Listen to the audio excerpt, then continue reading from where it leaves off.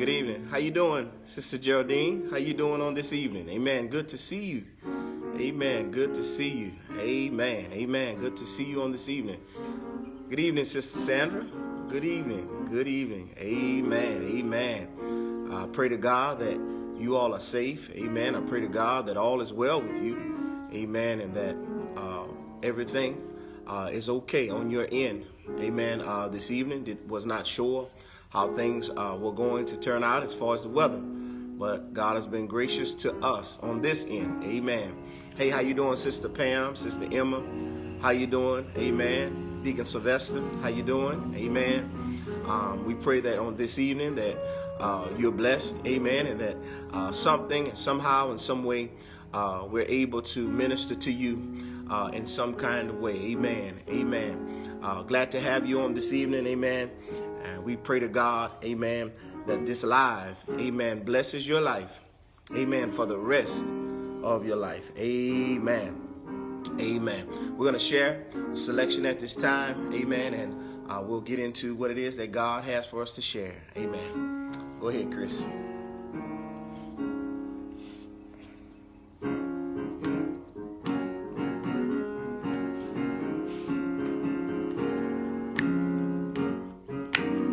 Put your hands together, amen. Stomp your feet, amen. Whatever you want to do, amen. We're going to praise God on tonight, amen. Amen. How many of you are dependent on Jesus, amen? Well, growing up as a child, yeah, in my mother's care, yeah.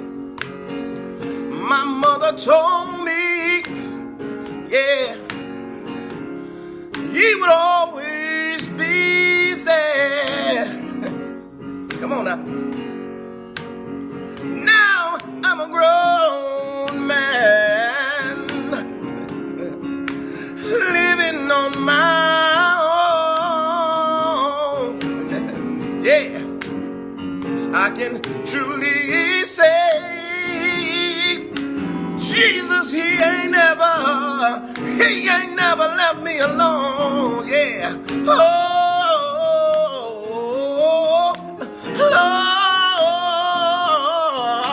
Lord, I'm depending on you, yeah, my Lord. Lord, I'm depending on you. Yeah. Growing up as a child, yeah, in my mother's care, my mother told me, yes, Lord, Jesus would always be there. Now I'm a grown man, living on my own. Yeah, well, I can truly say,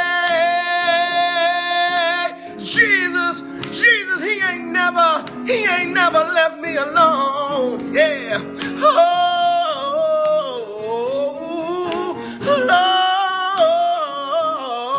Lord, I'm dependent on you.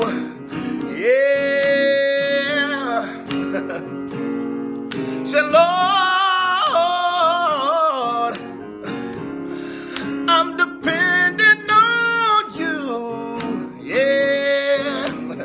Right here. I'm dependent. Yeah. I'm dependent on you. Yeah.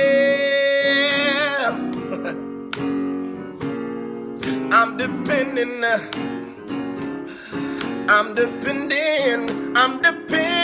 on you. Yeah. Right here, last time. Lord, I'm dependent on you. Amen, amen, amen. Give God praise, amen. If that's your testimony on tonight, amen, and you're dependent on Jesus, amen, and you know without a shadow of a doubt that you need him, give him praise on tonight. Acknowledge, amen, who he is in your life. Amen. And you just got to give him the praise, amen, that he deserves. I don't know about you, but see, I understand and know, and many of you I know understand and know that you have not made it to where you are on your own merits. No, it was the grace of God, amen, that has allowed you and afforded you to be where you are right now. Because why? There's some people who may have done some of the same things the same way you did them, amen, but God has been gracious to you. So you got to understand, we need Christ, we need the Lord, we need his grace, we need his mercy, amen, to make it through. Amen. We thank God for you on tonight, amen, and we pray to God, amen, that you are blessed on this evening. I'll go ahead and I'll get into the word on tonight, amen, and we're going to share, amen, the word.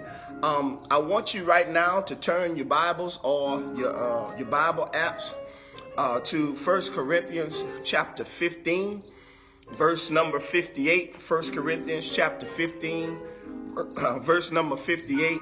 Amen. And we're going to share the scripture that falls there, and we'll share other scriptures to coincide and go along with the word of God, amen, on tonight. So I pray you came, amen. I pray you came, amen, to hear God's word, amen, and to learn of what thus saith the Lord, amen. 1 Corinthians chapter 15, verse 58 says this: Therefore, my beloved brethren, be steadfast, immovable, always abounding in the work of the Lord, knowing that your labor is not in vain in the Lord. Amen. Amen. Let us pray. Lord, thank you for your word, and thank you for this time with you. Lord, speak to our hearts and minds. Prepare us for what you have for us. And Lord, we just pray you have mercy upon us. And dear God, that upon leaving, dear God, this live on tonight, that our lives are richly and truly blessed. I pray for those who may watch tonight and even the replay, Lord, that your word blesses their heart so that, dear God, they will know you, Lord, more dearly, dear God, Lord, and serve you, Lord, with their whole heart, mind, and strength. We thank you, we praise you, and we love you. It's in Jesus' name we do pray. Amen. Amen. Tonight, amen, we're going to share and speak from the subject always. Amen. Always. Amen. And I pray to God that it blesses you. And so we're going to take First Corinthians 15 and 58, and we're going to just kind of pull out that whole idea of always. When we take a look at 1 Corinthians chapter number 15, verse 58, it follows, amen, a whole bunch of things that Paul shared with the church at Corinth. And so really and truthfully, verse 58 is just pretty much a summary or really something to get people to understand, to get God's people to know what it is that God wants them to do as it relates to what they know about what has taken place on their behalf. And so when we look at verse number 58, we understand and know that Paul has shared with them how Christ has died for their sins. And it has shared how Christ went to the cross. And now, as Christ did what he did, death has been defeated. Amen. Sin has been defeated. And so now he's sharing with them, right? Being that you know that Christ has done all of these things on your behalf, knowing that the death and this sin issue has been dealt with, he says, therefore, amen. Now, here's the thing, what you've got to understand. In verse 57, he talks about that victory. Amen. That victory. Because we have victory in Jesus.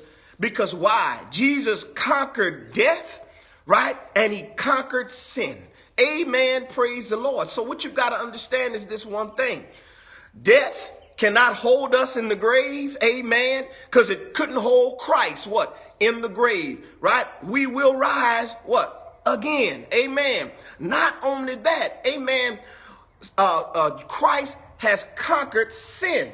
So what we've got to understand is this, is that being that he conquered sin through his death, you've got to understand he's given us the power. He's given us the victory. He's given us the strength we need to what? To overcome sin. Amen. Praise the Lord. So, Pastor, why is this so important? It's important because as Christians, we ought never walk around like we are victims. No, we've got to make sure we realize that what? We are victors. Amen. We have victory in Jesus the Christ. Jesus took care of those things, amen, that we couldn't handle. Jesus took care of the punishment for our sin. Jesus took care of the punishment for what? Because the Bible says the wages of sin is death, but the gift of God, what? Is eternal life. So Christ, amen, through him hanging, being buried, him dying, him rising the third day, amen, he shows us, amen, that he conquered sin and death, and we as believers have victory in Jesus Christ. Why is that so important? See, it's important to know that because in many cases, people, believers, those who say they love the Lord, they walk around as if they have nothing to shout about. They walk around as if Christ has not done anything to bless them. They walk around as if they are defeated. Can I help you? As the believer, can I help you? We all have an advantage. Amen. We're on the winning team. Amen. We have a Christ, amen, who paid the price on Calvary. We have a God, amen, who can do exceedingly and abundantly above all that we can even ask or think. So can I help you? You are not a victim. You are a victor in Jesus the Christ. And so you got to understand that as we move and have our being, we ought to operate in such a way to where we know that we really know what Christ, what has done on our behalf. I couldn't save myself. Amen. You couldn't save me. I couldn't save you. It took Christ. Amen. And he did that. Amen. For you and I. So I want to point out, amen, in the text it says, now therefore, my beloved brethren, be steadfast, immovable, always abounding in the work of the Lord, knowing that your labor is not in vain in the Lord. So he's letting them know that guess what? You may go through some things down here, right? Serving God may bring about some challenges. Being a child of God may cause some adversities in your life. But he says, be steadfast and immovable. That means stand up for Christ. Amen. And it says, always abounding in the work of the Lord, knowing that your labor is not in vain in the Lord. How many of you know and can testify when you know, amen, that what you're doing, amen, at that moment is worth something, that it's not being done, amen, in vain, that it's not being done for no reason, then you have a different attitude when you do what you do. So he's trying to get them to understand this one thing. If you know you have the victory, if you know what Christ has done, if you know what he did on Calvary's cross, then guess what? You know that you working for the Lord, you serving God is not in vain. Amen. There's a home in glory, amen, for you. God will give you the strength you need, amen, to work down here, amen, as a servant of God. And so let's take a look at that idea of always, right? Always. See, that whole idea of always just means, it just means ever, or to keep going, right? To not stop or not cease. It says always. Why is that so important, Pastor? Because in this Christian journey, let's be honest, that there's some times and some moments where we don't feel it, right? We're not feeling it always, right? There's some times when, you know what, I'm just not feeling it right now. But you've got to understand that the Bible lets us know that we ought to always abound, what? In the work of the Lord, knowing what? That our labor is not in vain in the Lord. So this is what I want you to understand is this.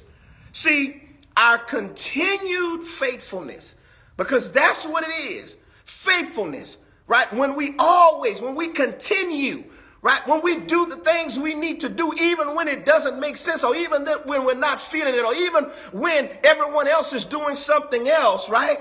Our faithfulness, our continued faithfulness is directly tied to the acknowledgement of the victory we have in Jesus the Christ. So you've got to understand that your motivation for what you do ought to be centered in the right way. Well, Pastor, why is that important? Because if your motivation for doing what you're doing, amen, is in the right place, you're going to keep on doing what you're doing. Amen, praise the Lord. But if my motivation is not tied down and anchored down in what Christ has done for me, if it's not tied down and anchored down in the victory I have in Jesus, what I'll do is I'll work and I'll serve only based on certain conditions, only based on certain things that are in place, only based on certain circumstances that are happening in my life. But can I help you? When you are serving God based on the fact that you know that Christ has done what he's done on your behalf, it doesn't matter the circumstance. It doesn't matter the situation. It doesn't matter what's going on in your life. Amen. Your motivation is not what? On the external. No, your motivation is internal, knowing that Christ is who he is, what he's done for you, and that God sent his only son to die, what? On your behalf. Pastor talked about that whole idea of faithfulness. Well, when you take a look at that whole idea of faithfulness, all that means is that your faith keeps going, right? That your faith continues, that your trust in God, amen, does not fizzle or fade away, right? And so when we take a look at that whole idea of faithfulness, we can look at that whole idea of always. Amen. Praise the Lord. So we've got to understand this one thing, that when we take a look at that idea of faithfulness, faithfulness is really a fruit of the Spirit, right? And so we did a study on the fruit of the Spirit, and that's always a good study, the fruit of the Spirit. And basically, you'll know when you're operating in the Spirit because certain things will, amen, be present and evident. So, Pastor, why is that important? Well, you've got to understand that in order for you to do the will of God the way you should, amen, you ought to do it with the filling of the Holy Spirit. See, that faithfulness comes, amen, from allowing the Holy Spirit to use you to do the things that God, what, has called and commanded you to do. If you do it in the flesh, if you do it according to what's going on with you and you alone, you've got to understand you will not have the strength. You will not have the capacity. You will not have the wherewithal to continue doing what thus saith the Lord. Because how many can testify that in it of yourself, by yourself, it's not enough? You need the Spirit of God, what? To lead, to guide, to strengthen, and direct you in the paths that you should go, in the ways that you should go. So we've got to make sure we understand this whole idea of faithfulness. And all faithfulness is this. It is a character that one may have to where one can be what? Relied upon. Amen. One can be relied upon. That just means that when everything else fails, when everybody else is not doing what maybe they're supposed to do, or maybe, things that's happening around you, it maybe, has that feeling as well, maybe I shouldn't do anything right now. No, faithfulness says, no, I'm going to keep working, amen, until the work is done. Amen. So we've got to understand that, and we've got to get that in our spirit. Listen good. Listen good. Right? This is what I want to share with you. Our faithfulness will allow us to be consistent and committed. Amen. I'll say it again. Our faithfulness will allow us to be consistent and committed. I said one more time. Our faithfulness will allow us to be consistent and committed. Amen. Praise the Lord. See, when you look at that idea of always, right, being faithful, right, you've got to understand that as a believer, we ought to have that character of being what? Consistent and committed to the cross, right? Consistent and committed to the work of God, consistent and committed to sharing the gospel, consistent and committed to doing what? The will of God, right? And so we've got to understand that our faithfulness, amen, our faith will allow us to be consistent and committed always, amen, always abounding, right? Here we go. Here's some things I want to share with you. Amen, praise the Lord. And I want to share it with you, and I want to let you know, amen, that when you take a look at your faithfulness, right, your faithfulness has to be motivated by the right things, and your faithfulness has to be held up by the right things. Amen. Watch this. See, your faithfulness should never be determined by your friends. Amen. Praise the Lord. See, if your faithfulness is determined by your friends or your friendships, when your friend is not doing what they're supposed to do, then you may not do what you're supposed to do. You might lean to what they're doing or what they are not doing. So your faithfulness should never be determined by your friendships. Now that doesn't say, amen, you X people out, but it does say this one thing. Never let your relationships, never let the connections that you have solely determine whether or not you are going to serve the Lord. Because can I help you? Negative influence will yield negative behavior. So you got to make sure that your motivation, amen, is not based on whether your friend down the street is doing what they're supposed to do. What this one over here is doing what they're supposed to do. Can I help you? If you rest your faithfulness only on those that you're connected to, when they're not up to par, can I help you? You're not going to be up to par, right? Here we go. Watch this. This is another thing. Your faithfulness, right? Your faithfulness should never be determined by your feelings. Amen. Praise the Lord. Now, Pastor, that's hard, right? I'm an emotional individual. I have feelings. I have things that I go through. But listen to me and listen to me well. We all have emotions. We all have things that we go through internally. But you see, that's why Christ said what he said in the flesh to show us really and truthfully how we ought to handle when we feel the way we feel. He says, my flesh is weak. Watch me now. But my spirit is willing, right? So we've got to understand that we cannot never, ever allow our feelings to determine our faithfulness. Our feelings change from day to day.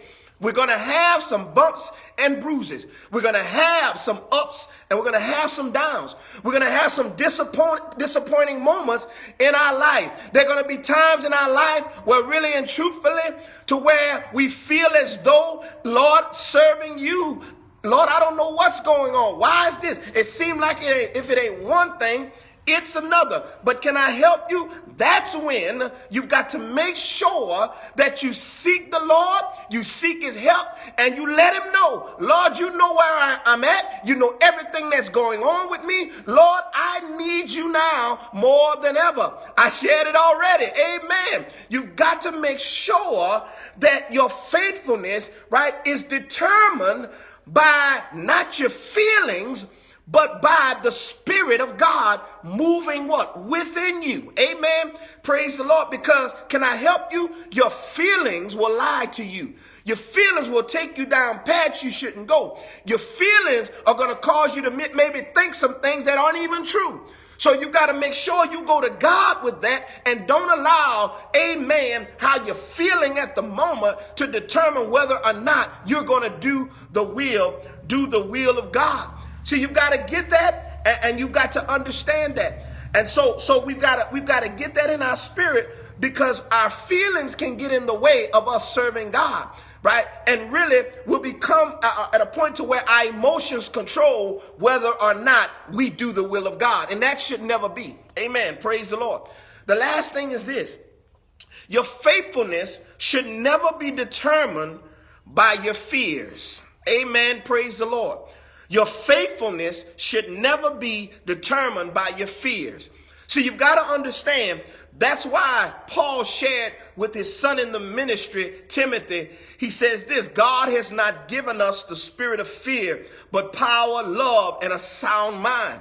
He was sharing with them this thing.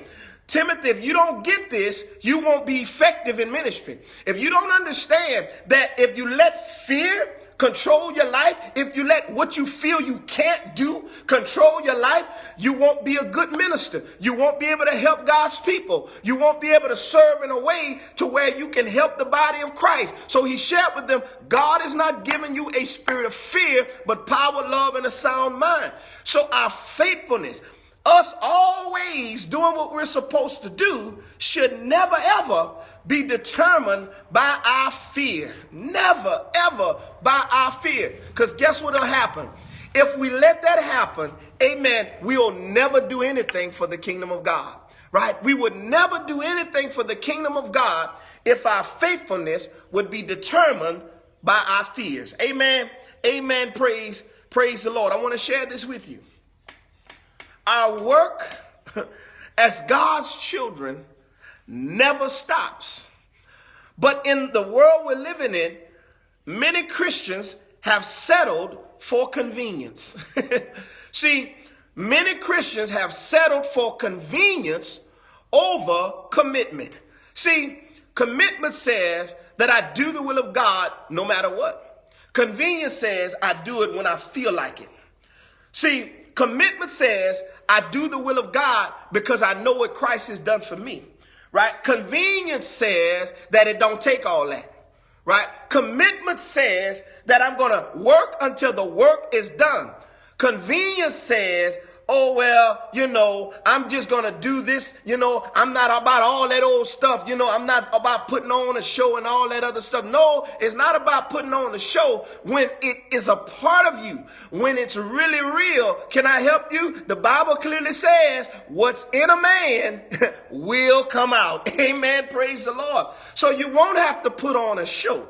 You won't have to try to impress nobody, because you're going to be prayed up. Amen. Praise the Lord. The Holy Spirit going to be working in you. Praise the Lord. Amen. What's in you is going to bubble out. Praise the Lord. And folk will not, amen, they will not be able to deny that something is in you. Amen.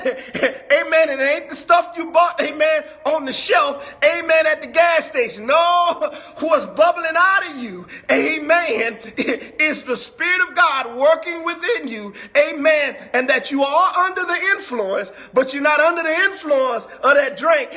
Amen. You are under the influence of the Spirit of God. Amen. I pray that helps somebody. Amen. On tonight. Amen. Praise the Lord. So we've got to understand that we can't get caught up.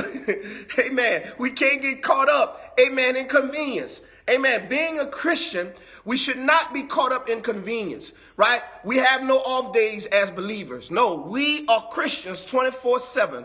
Amen. 24/7. So we've got to make sure we look at that. All right. I want to leave you, amen, with about 4 things. Amen. About 4 things that should be consistent in our lives, right? Because I want to look at that whole idea of always, always. So when we do the will of God, amen, we've got to understand that it's not something we turn on and turn off. No, it's a commitment, right? It's something to where God, amen, has done something on the inside of us to where our lives look different. Our outlook looks different, right? Our minds are different. The way we look at things are different. So really our commitment, amen, to Christ, amen, it's motivated by the right things, and some things are going to be evident, amen, as we continue doing the will of God. I want to share about 4 things with you, and I pray it blesses you. And I'm going to take you to some other scriptures. And if you need those scriptures, just go back and watch the replay. Amen. If you would like these scriptures. But this is the thing. These are things we should always be consistent in, right? These are some things we should always be consistent in.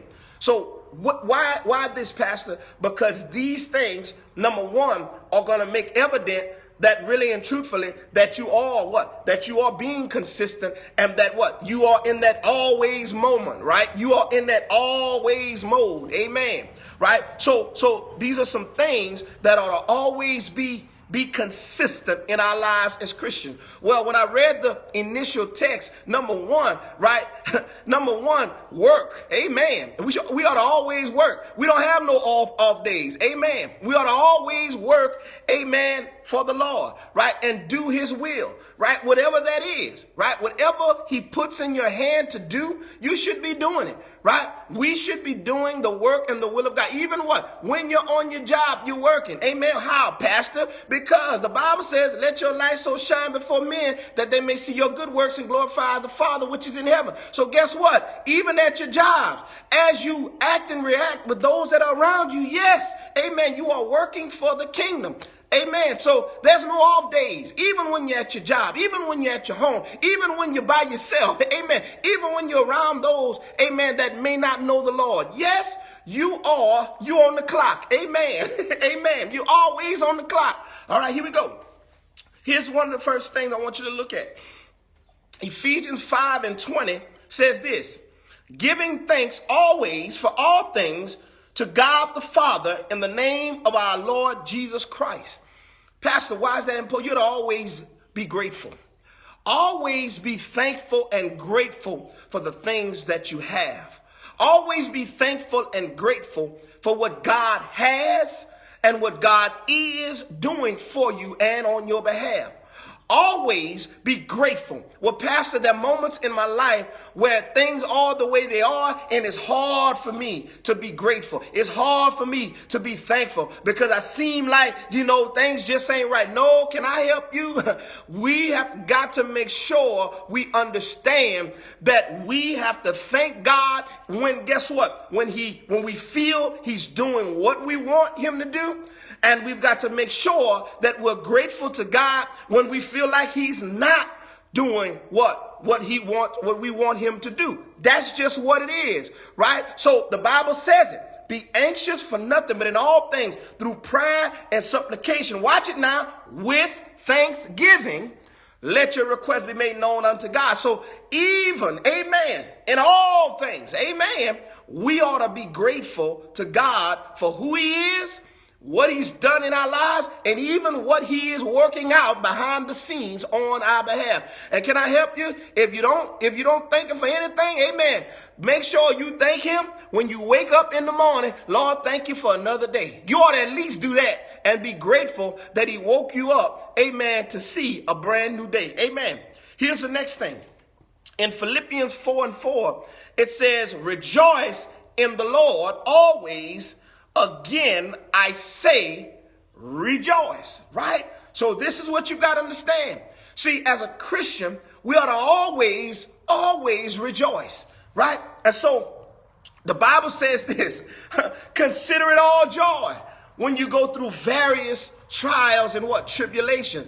Wait, Pastor, I've got to have joy in my low moments too. Yes, amen. You've got to rejoice always. And again, I say rejoice, right? It brings back to mind that old song we used to sing in church. Rejoice in the Lord always. Said you better rejoice. Y'all remember that? In the Lord always. Watch it. Think about all he's done. You ought to thank him, everyone. Rejoice. Again, I say rejoice. Right? Think of all he's done. Think of who he is. Think of the fact, amen, and think about all the things that what he's protected you from. Amen. Danger seen and what? Unseen. Amen. Rejoice always. Amen. Here we go. Colossians 4:6. Colossians 4:6. Look what it says. Let your speech always be with grace, seasoned with salt, that you may know how you ought to answer each one. Okay, Pastor, what is it? You ought to always have an answer, right? An answer for what, Pastor? An answer for why you serve the Lord. An answer for those who feel as though they don't need Christ. An answer for those who question your faith. An answer, amen, for those who might need a word, amen, from the Lord at that moment and at that time. Yes, amen. You ought to always have an answer. Well, Pastor, I'm not a pastor. I haven't studied the word. I haven't been to theology school. No, can I help you? But this one thing I realized, grandmama didn't go to school. Grandpapa didn't go to school. But they let me know just a little talk with Jesus, amen, will make it all right. And they had wisdom beyond measure, amen. And God was able to speak to them, and they were able to operate in the wisdom that only God could give, amen. So we've got to understand, amen, that guess what? We ought to have an answer, amen, for what we believe. Have an answer for our faith, all right? Have an answer for our faith. This is Colossians 4, amen, 4 and 6. Amen. Colossians 4 and 6. Amen. So we ought to always have an answer. Here we go. Let's take a look at the next one. And this is the last one we're going to look at. And you probably know what it is. It says this. And then he spoke a parable to them that men always ought to pray and not lose heart. Can I help you, people of God? God wants us to always pray. He wants us to always seek him in all things. See, how many of you know that a Christian that doesn't have a prayer life, amen, is a Christian who really struggles with things sometimes they don't have to struggle with or shouldn't be struggling with, or they're missing out on some stuff, amen, that God really wants to do with them and through them. Right? So as believers, we ought to always pray and seek God. Because see, when we would listen to that old school, amen, the old church, they would say the Lord will make a way out of no way. See, they could say that. You know why? Because they're not just saying that, amen, just to throw that out there. They've prayed, amen. They've sought the Lord, amen, and God worked some things out. And God allowed them to see him, what? Working things out on their behalf in ways that they never thought, amen, could happen. Some of you, some of us, we can testify that when we seek the Lord, amen, God has done some things in our lives, amen. We know it was nothing but by his power and his might that things worked out the way they worked out. Amen. It may not be in your timing. It may not be according to what you feel. It may not be exactly how you feel it should have been done. But when God does it, it's good. Amen. Praise the Lord. So you've got to always remember, right? Give thanks, right? Always give thanks. Always rejoice. Always have an answer and always pray. Amen. Why? Because our faith, right? Our faith is shown through our consistency. Our faith is shown through our what? Our commitment, right? Our faith is shown when we what? Actually continue what? In the faith, right? And so we've got to remember that whole idea of of always, right? So when you might be feeling, a little down, or you're trying to, well, Lord, I don't know about today and all. No, always, always. Tell yourself always, right? Because why? God doesn't give us a day off. That doesn't mean you don't rest sometimes. That doesn't mean you don't have time to where, you go rejuvenate and all this other stuff. But can I help you? You've got to understand that as Christians, God put us here to represent him well, right? And to always continue in excellence, in love, and in truth for the kingdom of God. Amen. Amen. God bless you real good is my prayer. Pray you were blessed on tonight. Amen. I pray the word of God blessed you in some kind of way. Amen. Amen. I see you, Sister Sandra, fully committed. Amen. That was an old song. Amen. Amen. We used to sing a long time ago. Go check it out. It's an old gospel song. And it's called Fully Committed. And I think it was written out like around 1987 or so. Amen. But that's an oldie but goodie. Amen. Fully committed to you. Amen. So we thank God on tonight for your presence. We thank God for you tuning in on tonight. And I pray you are sincerely, truly blessed on tonight, and that tonight's live have blessed you in some kind of way. Amen. Share it. Amen. Like it. Amen. And, do whatever you need to do. Amen. To get the word of God out. Amen. Just want to let you know, amen, those who desire, amen, to give, that you would give. Amen. You give through tithe. You can text to give. Amen. You could drop off your gift. Amen. In the mailbox. Amen. However, whatever. Amen. But those who desire to give, you can give as well. Amen. Like I said, it's a personal thing. So I try not to pressure people to give. You know why? Because I feel like it's a heart thing. Amen. And you know what? I can honestly say God has been good to us. Amen. And so I just pray that you would open up your hearts, amen, to share, amen, what God has blessed you with. Amen. On tonight, I want to pray with you, pray for you on tonight before I let you go. Amen. And I pray to God, amen, that you would go out and that you would always, amen, always work, amen, until the work is done. Amen. Work for however long God leaves you here. Work for the kingdom. Amen. Knowing that your labor, it's not in vain. Amen. Let us pray on tonight and let us seek God. Lord, we thank you. And Lord, we love you. Lord, we come tonight knowing, dear God, that we've fallen short of your glory. We come tonight knowing there's some things, dear God, that we've neglected to do. We come tonight knowing, dear God, there's some things that we may be doing that is not of you. But we understand and we know that you're God and your grace, Lord, is sufficient. So, Lord, all the things that, Lord, we feel in our minds and our heart, dear God, that we can't handle, you got it, Father God. So, Lord, we just pray you have mercy upon us. And, Lord, do what you want through us and to us. Pray for all the bereaved families out there. Lord, that you would touch them, dear God, and comfort them with your love and your peace and your mercy. Lord, take care of them, dear God. Do what you need to. Do what you want to. Lord, and I pray right now, Lord, that you would comfort them with your love, your grace, and your mercy. Pray for those who may be sick, Lord, among us. Lord, I pray for those, Lord, that even may know others that are sick. Lord, I pray, Lord, that you touch their bodies and touch their minds, Lord. Lord, and show forth your power in their lives, dear God. Your healing power, Father God. Lord, we pray, dear God, for those who are lost. Dear God, we're living in a world right now, Lord, where, Lord, really and truthfully, there are times when we wonder if people even want to know you, Father God.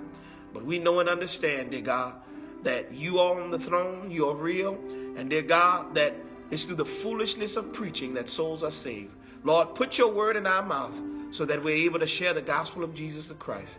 Open up minds, open up hearts to receive your word so that their lives will change, Lord, for the better. We thank you, we praise you, and we love you, Father God. We pray right now, Lord, for the St. Mary family.